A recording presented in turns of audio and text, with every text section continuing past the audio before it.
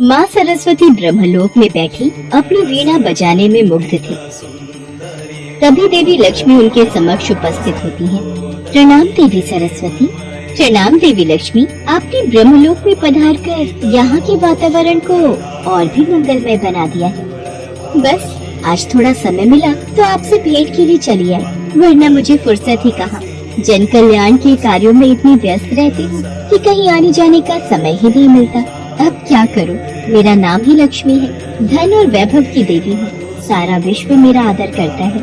पृथ्वी पर घर घर में मेरा स्वागत होता है। जहाँ जहाँ मैं चाहती हूँ सुख संपत्ति वैभव अपने आप वहाँ पहुँच जाते हैं। ये सत्य है देवी लक्ष्मी कि आप सुख संपत्ति और वैभव की देवी हैं। यह भी सत्य है कि घर घर में आपका स्वागत है। किंतु क्या देवी सरस्वती?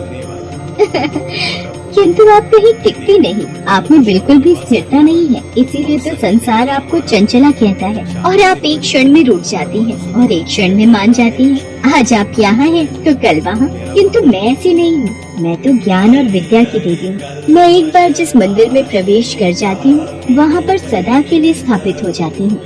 किंतु मेरे बिना किसी को भी जीवन का सुख प्राप्त नहीं होता। मैं धन हूँ देवी सरस्वती, और निर्धनता सबसे बड़ा अभिशाप है। धन तो मैं भी हूँ देवी लक्ष्मी, पर अंतर सिर्फ इतना है, आपके द्वारा दिया गया धन सिर्फ तन के लिए होता है और मेरे द्वारा दिया गया धन मन के लिए है। आपके द्वारा दिया गया धन कोई भी चुरा सकता है या फिर छीन सकता है, पर मेरे द्वारा दिया गया धन ना तो चुरा सकता है ना ही कोई छीन सकता है। और सबसे बड़ी बात तो ये है, मेरा दिया हुआ धन जितना भी बांटिए उतना ही बढ़ता है। देवी सरस्वती, आप जानती हैं राजा को राजा क्यों कहते हैं? क्योंकि उसके पास मैं हूँ। आप भूल रही हैं देवी लक्ष्मी, ताज मुकुट का तब तक कोई अर्थ नहीं जब तक उसके पीछे राज तिलक का आधार ना हो, बल ना हो, संस्कार ना हो। राज तिलक के पीछे शक्ति होती है मंत्र की, विद्या की, ज्ञान की। और सच तो ये है देवी लक्ष्मी, जिसके पास मेरी दी हुई बुद्धि की शक्ति ना हो उसके पास आपका दिया हुआ धन भी नहीं रह सकता। देवी सरस्वती, आप अपने मीठे मीठे वचनों के माया जाल में ना जाने क्या कुछ बोल रही हैं। शायद आप नहीं जानती देवी लक्ष्मी, मीठी वाणी वातावरण में रस घोल देती है। शब्द जब मंत्र बन जाता है तो उसमें दिव्यता आ जाती है। वाणी का जब दिव्यता से मेल होता है तब वह कंठ की शोभा बढ़ जाती है और पूरा संसार उन मीठे वचनों को सुनने के लिए प्रेरित हो जाता है।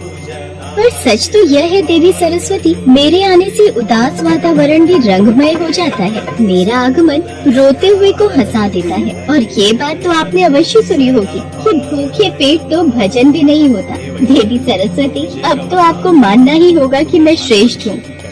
देवी लक्ष्मी, ज्ञान और धन में यदि कोई श्रेष्ठ है तो वह है ज्ञान, क्योंकि ज्ञानी व्यक्ति की पूजा तो राजा भी करते हैं, अतः श्रेष्ठ मैं हूँ। देवी सरस्वती, हम इस विवाद में ना पड़कर कि हम दोनों में से कौन श्रेष्ठ है, हम इस बात का फैसला भगवान विष्णु पर छोड़ते हैं कि हम दोनों में कौन श्रेष्ठ है। मुझे स्वीकार है देवी लक्ष्मी। ठीक है देवी सरस्वती, तो चलिए। देवी सरस्वती और देवी लक्ष्मी इन दोनों में कौन श्रेष्ठ है, इस बात का फैसला सुनने के लिए वो दोनों भगवान विष्णु के पास पहुँचे।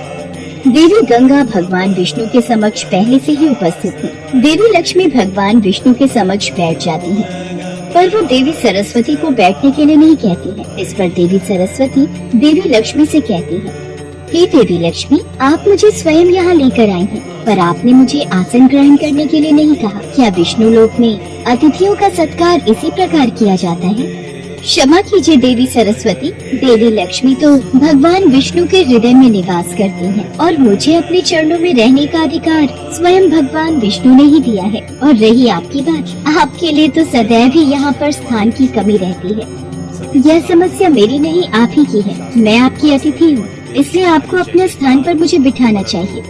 देवी सरस्वती, मैं तो अपना स्थान छोड़ने की कदापि सोच भी नहीं सकती, और मैं अपना स्थान छोड़कर भला कहाँ जाऊंगी?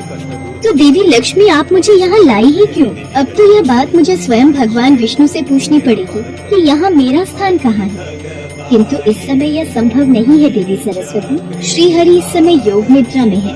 तो क्या हुआ देवी लक्ष्मी, मैं उन्हें जगाऊंगी और मैं आपको इसकी अनुमति कदापि नहीं दूँ। देवी लक्ष्मी, इस समय आप मेरा घोर अपमान कर रही हैं। देवी सरस्वती, देवी लक्ष्मी सत्य ही तो कह रही हैं। देवी गंगा, मैं जानती हूँ आप देवी लक्ष्मी की हाँ में हाँ क्यों मिला रही हैं, और मैं ये भी जानती हूँ कि मेरे विरुद्ध लगातार आपके कान कौन भरता रहता है। आप गलत समझ रही हैं देवी सरस्वती, भला मेरे कान कौन भरेगा? देवी गंगा, देवी सरस्वती का संकेत मेरी ओर है, ये सोच रही है कि मैं आपको इनके लिए भड़काती हूँ। देवी लक्ष्मी, मुझे संदेह ही नहीं पूर्ण विश्वास है, यह सरासर अन्याय है देवी सरस्वती। यह बात मैं अच्छे से जानती हूँ कि आप भगवान विष्णु के चरणों में स्थान पाने के लिए सदैव ही व्याकुल रहती हैं, किंतु भगवान श्री हरि ने यह स्थान स्वयं मुझे दिया है। आप तो बेकार में ही देवी लक्ष्मी पर क्रोधित हो रही हैं। गंगा सत्य कह रही है देवी सरस्वती, मैं भली भांति जानती हूँ आप दोनों मिलकर मेरे खिलाफ कोई षड्यंत्र रच रही हैं। देवी सरस्वती, यदि आपके मन में देवी लक्ष्मी के लिए कोई वैर है तो कृपया करके मेरे साथ भी इस तरह का व्यवहार नहीं करें तो यही उचित होगा। देवी गंगे, मैं जानती हूँ, मैं स्वयं इतनी सक्षम हूँ कि एक दिन मैं अपने ज्ञान, अपनी बुद्धि और अपनी योग्यता से भगवान श्री हरि के चरणों में ही नहीं, उनके हृदय में भी स्थान जरूर प्राप्त कर लूंगी। नहीं देवी सरस्वती, नहीं, वो दिन कभी नहीं आएगा। नारायण के हृदय में मेरा निवास है, और कोई कितना भी शक्तिशाली क्यों ना हो, मुझे श्री हरि के हृदय से कोई नहीं निकाल सकता। अच्छा, तो आप मुझे चुनौती दे रही हैं देवी लक्ष्मी? देवी सरस्वती, आपका विवाद गंगा से आरंभ हुआ था और आज आपने उस विवाद को आगे बढ़ाकर मेरे तक पहुंचा दिया। देवी सरस्वती, यदि आपको मेरे से ईर्ष्या है कि मैं धन वैभव की देवी हूँ तो इसमें बुरा मानने वाली कौन सी बात है? यह स्थान तो मुझे स्वयं आदिशक्ति परमेश्वरी ने दिया है।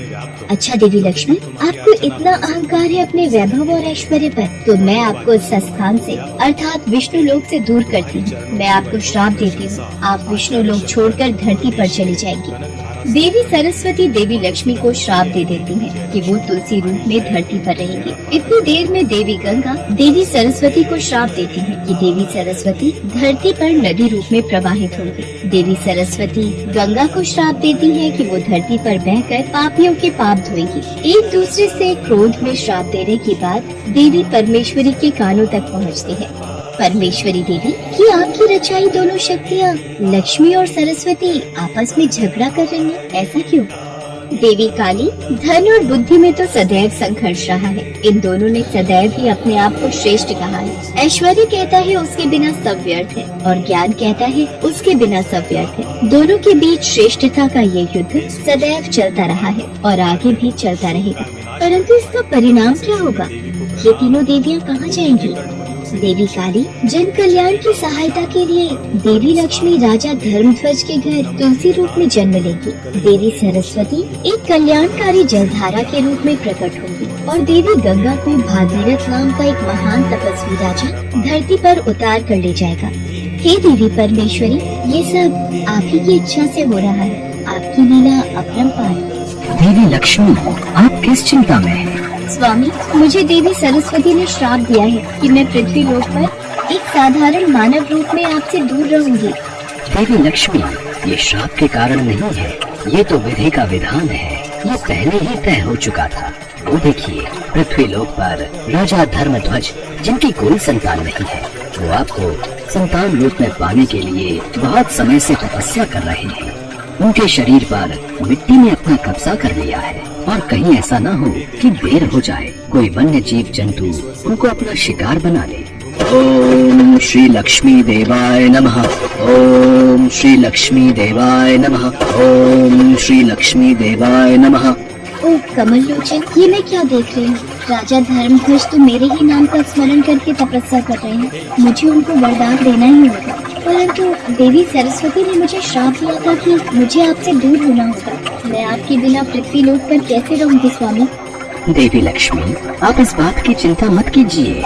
जिस तरह आप मेरे बिना अधूरी हैं, उसी तरह ये विष्णु लोक और मैं भी आपके बिना अधूरे हैं। मैं आपसे बहुत जल्द मिलूंगा।